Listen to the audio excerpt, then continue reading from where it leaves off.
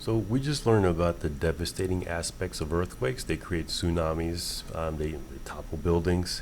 Now, though, we're going to learn about the helpful aspects of earthquakes. So the whole idea is that these earthquakes, they help us see into the earth. So the large earthquakes, so they create waves that travel deep inside the earth, and it's almost like an X-ray that lets us see.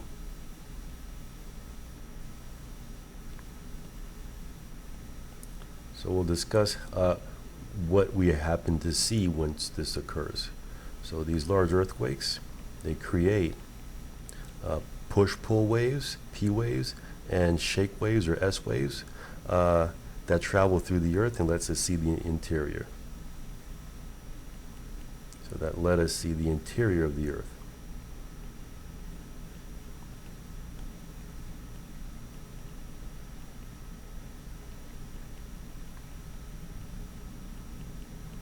So this picture shows you why. So we know, I'll just review what we said before, the push-pull waves, they can travel through solids, liquids, and gases, and the S waves can only travel through solids.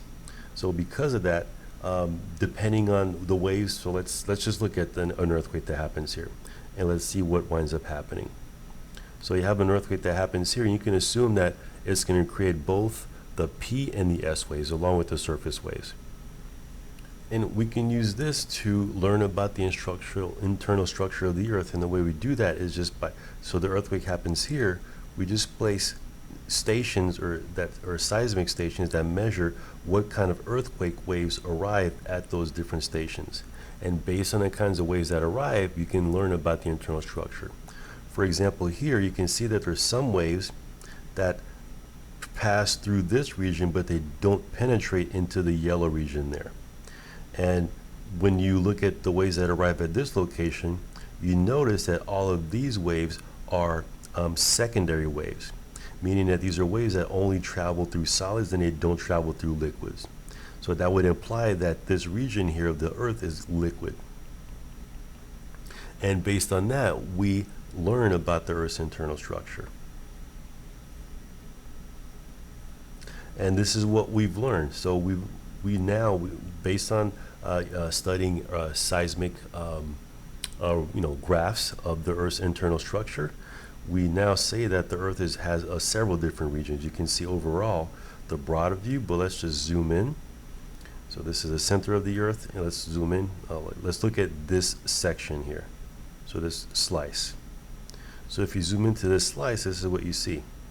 So there's a big, thick, rocky region, and us on the surface of, where we live on a small sliver on the surface of the earth here.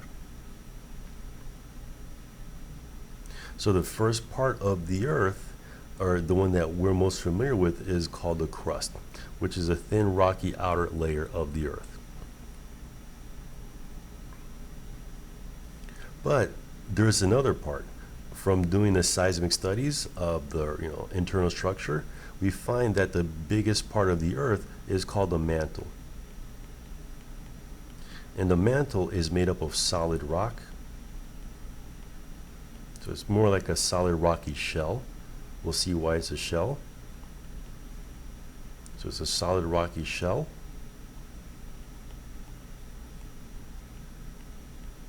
And it makes up 82% of the Earth's volume.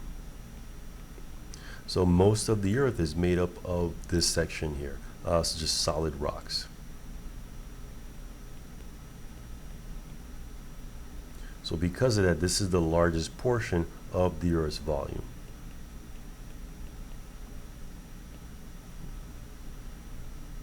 So the mantle is broken up into a couple of different sections. So we mentioned those previously, but let's just review. So you have the crust. So I'll draw here. You have the crust here. This is where we live in the mountains, and then beneath it you have this huge region, 82% of the Earth's volume, which is called the mantle. But the mantle is broken down into different sections. So you have an upper part of the mantle here. That's going to be relatively colder. And then you have a lower part of the mantle. this section here. And over here, since it's deeper, it's also going to be hotter. So the upper mantle is going to be cooler, and the lower mantle is going to be hotter. So let's concentrate on the lower mantle. So the entire mantle is made up of solid rock.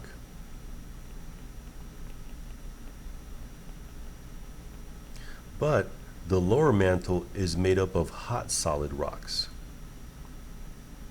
So the lower mantle, that part is made up of hot solid rocks.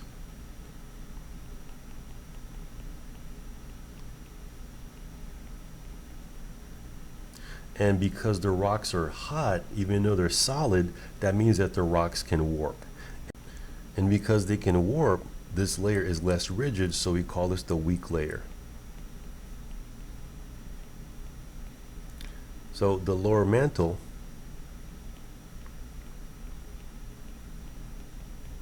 another name for that region is called the asthenosphere.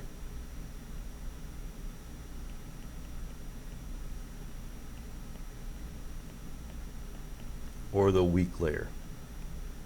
Weak meaning that the rocks are hot.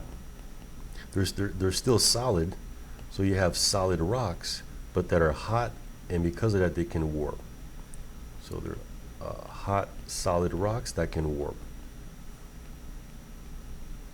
No, I already wrote that. So hot, solid rocks that can warp.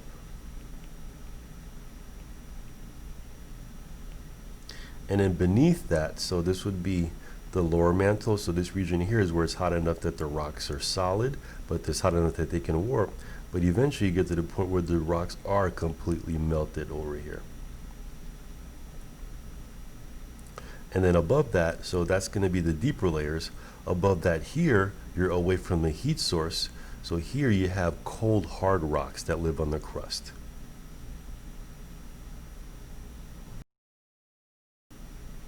Continuing with the seismic studies of the Earth's internal structure, next we find that beneath the mantle, you have another set of layers.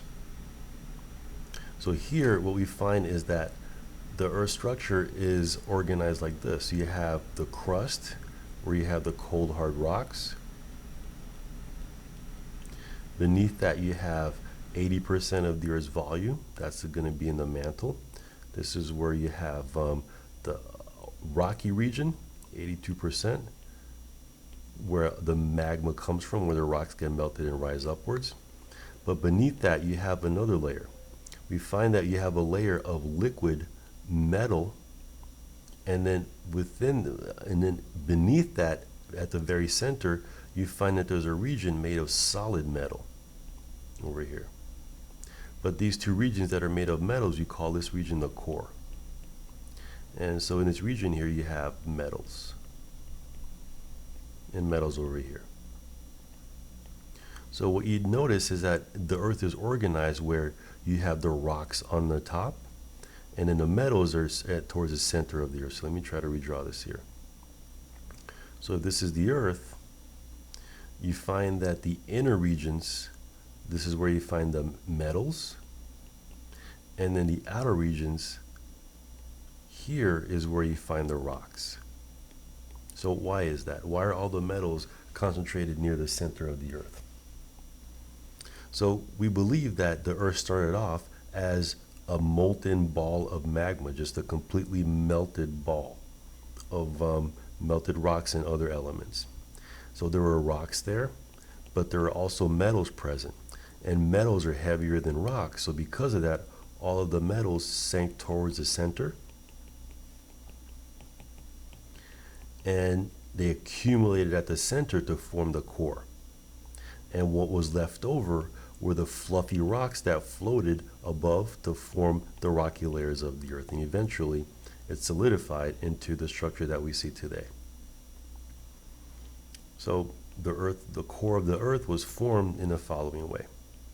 So the Earth developed layers, and the way that the Earth developed layers is based on its formation. So the Earth's layers were formed when the Earth was originally born. The Earth was originally molten. So we'll say the early Earth was molten, and the heavy or dense metals sank to form the core.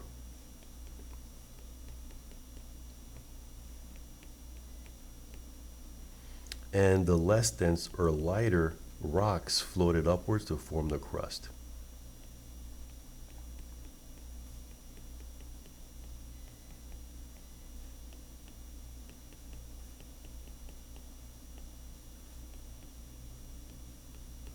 And there's something else that's interesting. We find that the outer core, so the core is divided into two regions.